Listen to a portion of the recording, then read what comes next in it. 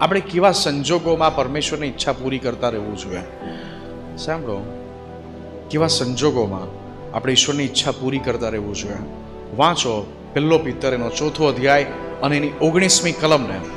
પહેલો પિત્તર એનો 4થો અધ્યાય 19મી કલમ. જો સારા દિવસો હોય, નરસા દિવસો હોય, લોકો તમારી સાથે હોય, તમારી વિરોધમાં હોય, લોકો ગમે તે સ્થિતિમાં હોય, સંઘર્ષમાં હોય કે શાંતિનો દિવસ હોય, આરામનો દિવસ હોય, એ શું કહે છે? વાંચો પહેલો પિત્તર એનો 4થો અધ્યાય અને 19મી કલમને વાંચો જરા. માટે જેઓ દેવની ઈચ્છા પ્રમાણે દુઃખ વેઠે છે. એટલે જરા આપણે સંઘર્ષમાંથી પસાર થતા હોય, આપણે દુઃખ વેઠવું પડતું હોય, એવા સંજોગોમાં પણ આપણે દેવની ઈચ્છામાં જીવતા રહેવાની શું છે? જરૂર છે. એટલે એવું નહીં થાય કે ભાઈ સારા દિવસો હતા ત્યારે આપણે દેવની ઈચ્છામાં ચાલતા હતા, હવે ખરાબ દિવસો છે, બધું બરાબર નથી, આપણને નાણાંની અછત છે, આપણને ઘણા બધા પ્રશ્નો છે, આપણા જીવનમાં તકલીફો છે.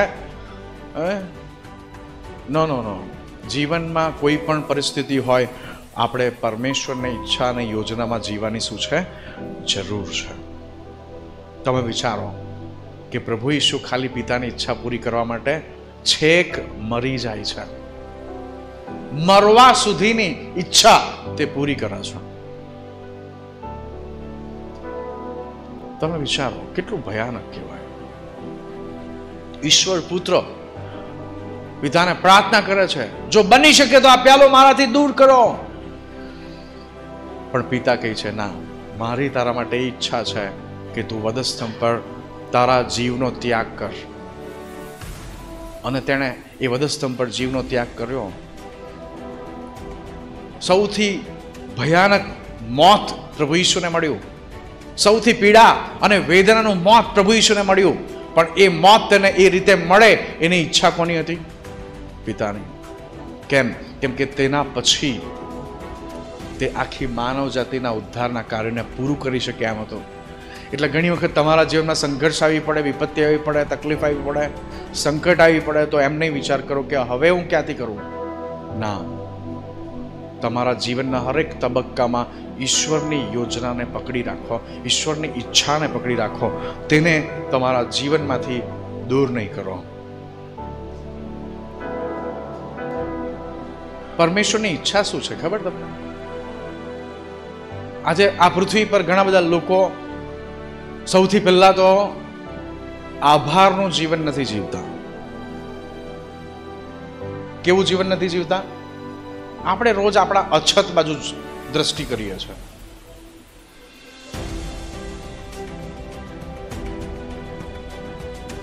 એક બોટલ હોય અને એની અંદર પાણી હોય. ઘણા લોકોની દ્રષ્ટિ કેવી હોય ખબર? બોટલ કેટલી ખાલી છે એ જ જોયા કરે. ઓ, અડધી બોટલ ખાલી છે. પણ અમુક માણસ જે ભરેલું છે તે તરફ દ્રષ્ટિ રાખે, મારી પાસે હજુ અડધું પાણી છે. અડધું ખાલી છે તેની વાત નથી કરતો, અડધું છે તેની એ વાત કરે છે. સાંભળો, આજે ઘણા બધા લોકો ફરિયાદ. શું તમારી પાસે જે છે તેના માટે આભાર માન્યો? વાંચો પહેલો થેસલોનિકીનો 5મો અધ્યાય અને એની 18મી કલમને. પરમેશ્વરની ઈચ્છાને પણ જાણી લો. What is the will of God? પરમેશ્વર તમારા માટે શું ઈચ્છા રાખે છે? હવે એ ઘણી બધી છે, પણ હું થોડીક તમને કહેવા માંગુ છું. સૌથી પહેલી છે, પરમેશ્વર ચાહે છે કે તમે આખો દિવસ આભારનું જીવન જીવો. કેવું જીવન જીવો? આભાર. તમારે પ્રભુનો આભાર માનવો. પ્રભુ થેન્ક યુ, તમે મને આપ્યું. નથી મળ્યું તેની વાત છોડો, એની ફરિયાદ છોડો, એના માટે બબડવાનું બંધ કરો. શું નથી એ ભૂલી જાઓ. શું છે એને યાદ કરીને પરમેશ્વરનો આભાર માનો. સાંભળો, શું થશે ખબર? જે તમે ગુમાવ્યું છે પ્રભુ તમને આપશે. શું લખ્યું છે વાંચો, પહેલો થેસલોનિકી 5મો અધ્યાય અને એની 18મી કલમને. દરેક સંજોગમાં આભાર સ્તુતિ કરો. કેટલા સંજોગો? હરેક સંજોગોમાં દેવનો શું માનો? આભાર માનો. એટલે તમારી પાસે જે પણ છે એ બધી બાબતો માટે આભાર માનો. શું તમે તમારા બાળકોનું સારું ભવિષ્ય ઈચ્છો છો? તો તમારા બાળકો માટે દેવનો આભાર માનો. શું તમારા ખેતરોમાં પરમેશ્વરનો તમને આશીર્વાદ જોયા છે? તો ખેતરો તમને જે પણ મળ્યા હોય તેના માટે આશીર્વાદ, એના માટે તમે આભાર માનો. પ્રભુ મને પથરાવાળું આપ્યું છે આ લોકોએ, એ ફરિયાદ કહેવાય. પણ પ્રભુને એમ કહો કે પ્રભુ તમે મને આ ટુકડો આપ્યો છે, તમારો આભાર, કેમ કે હું જાણું છું તમે મારી સાથે છો, તમે મારા ખેતરને આશીર્વાદિત કરી શકો છો. Thank you father. આભાર પ્રભુ કે તમે મને ભલે આ જે આપ્યું છે ત્યાં, હું એના માટે તમારું શું માનું છું. બાકી લોકો પાસે કંઈ કેટલા વીઘા જમીન છે પણ હજુ એ લોકો પાસે એનામાંથી કાઢવા માટે તાકાત નથી. એટલે આભારનું જીવન સર્વ સંજોગોમાં તમે આભાર માનો. પણ કેમ ભાઈ? શું લખ્યું છે આગળ વાંચો. કેમ કે તમારા વિશે ખ્રિસ્ત ઈસુમાં દેવની મરજી એવી છે, દેવની ઈચ્છા તેવી છે. આપણે ઈચ્છાની વાત કરી રહ્યા છે ને, એટલે સૌથી પહેલા તો તમારા જીવનમાં જેટલું તમે ફરિયાદ કરવાનું બંધ કરશો, નકારાત્મક બાબતો તમારા જીવનમાંથી ઓછી થઈ જશે, નિરાશા ઓછી થઈ જશે, તમારા જીવનમાં એક અદ્ભુત શાંતિ આવશે, એક અદ્ભુત આનંદ આવશે.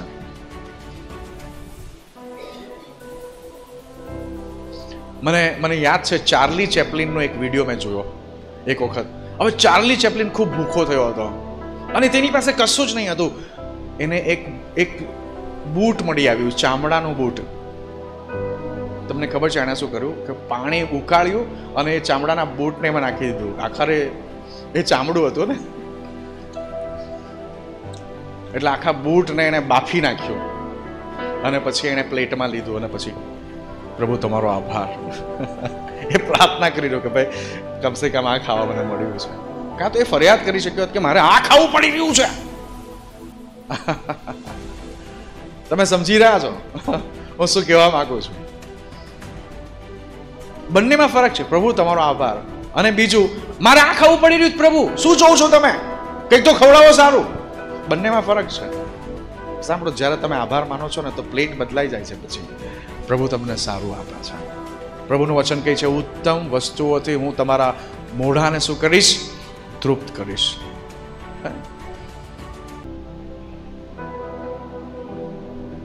તો દેવની ઈચ્છા શું છે? આખો દિવસ બડબડ બડબડ બડ કરીએ. શું છે દેવની ઈચ્છા? આભારનું જીવન જીવીએ. શેનું જીવન જીવીએ? આભાર. બીજી ઈચ્છા શું છે? દેવની ઈચ્છા બીજી શું છે? બીજી ઈચ્છા એ છે કે તમે ગમે તે થઈ જાય, તમારા યોગદાનમાં તમારે સારું કરતા જવાનું છે. પેલો ખરાબ ને એટલે હું બી ખરાબ. તો મતલબ શું પછી? તો મતલબ શું પછી? એનો કોઈ મતલબ નથી. બીજો સારો ને તમે સારો, એનો મતલબ કે બીજાનું જીવન તમારા જીવનને સંચાલિત કરી રહ્યું છે. ના, વાંચો 1 પિત્તર એનો 2 અધ્યાય અને એની 15મી કલમને. 1 પિત્તર એનો 2 અધ્યાય અને એની 15મી કલમને વાંચો જરા.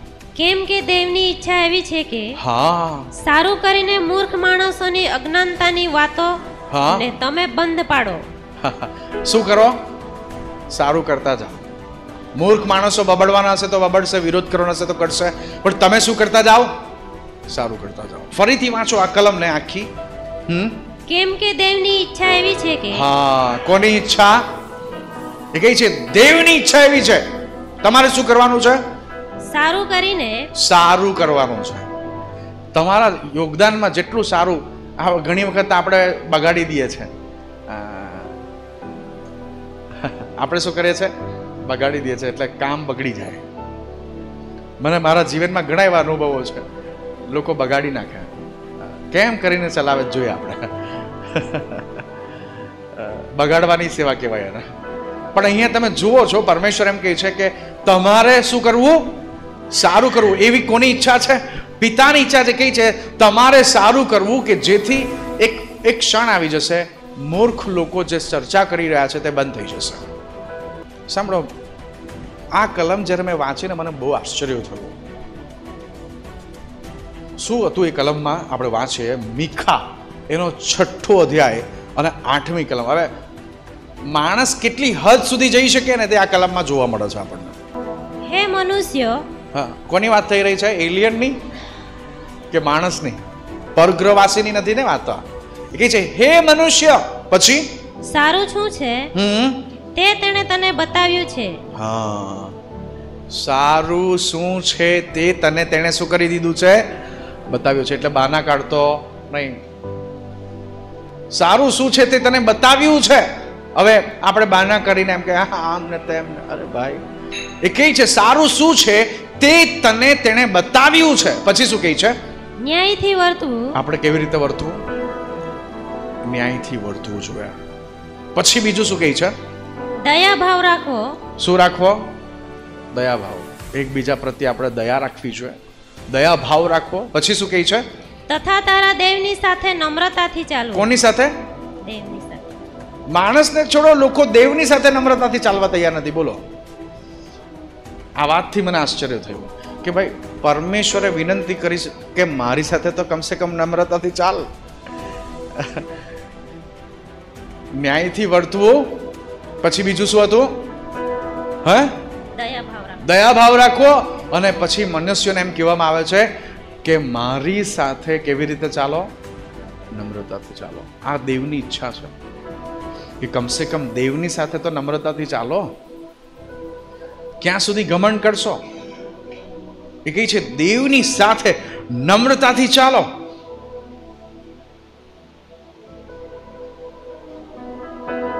એક મહત્વપૂર્ણ અને છેલ્લી ઈચ્છા હું તમને બતાવી દઉં. 1 તિમોથીનો 2 અધ્યાય અને એની 4 કલમ. શું લખ્યું છે? વાંચો જરા.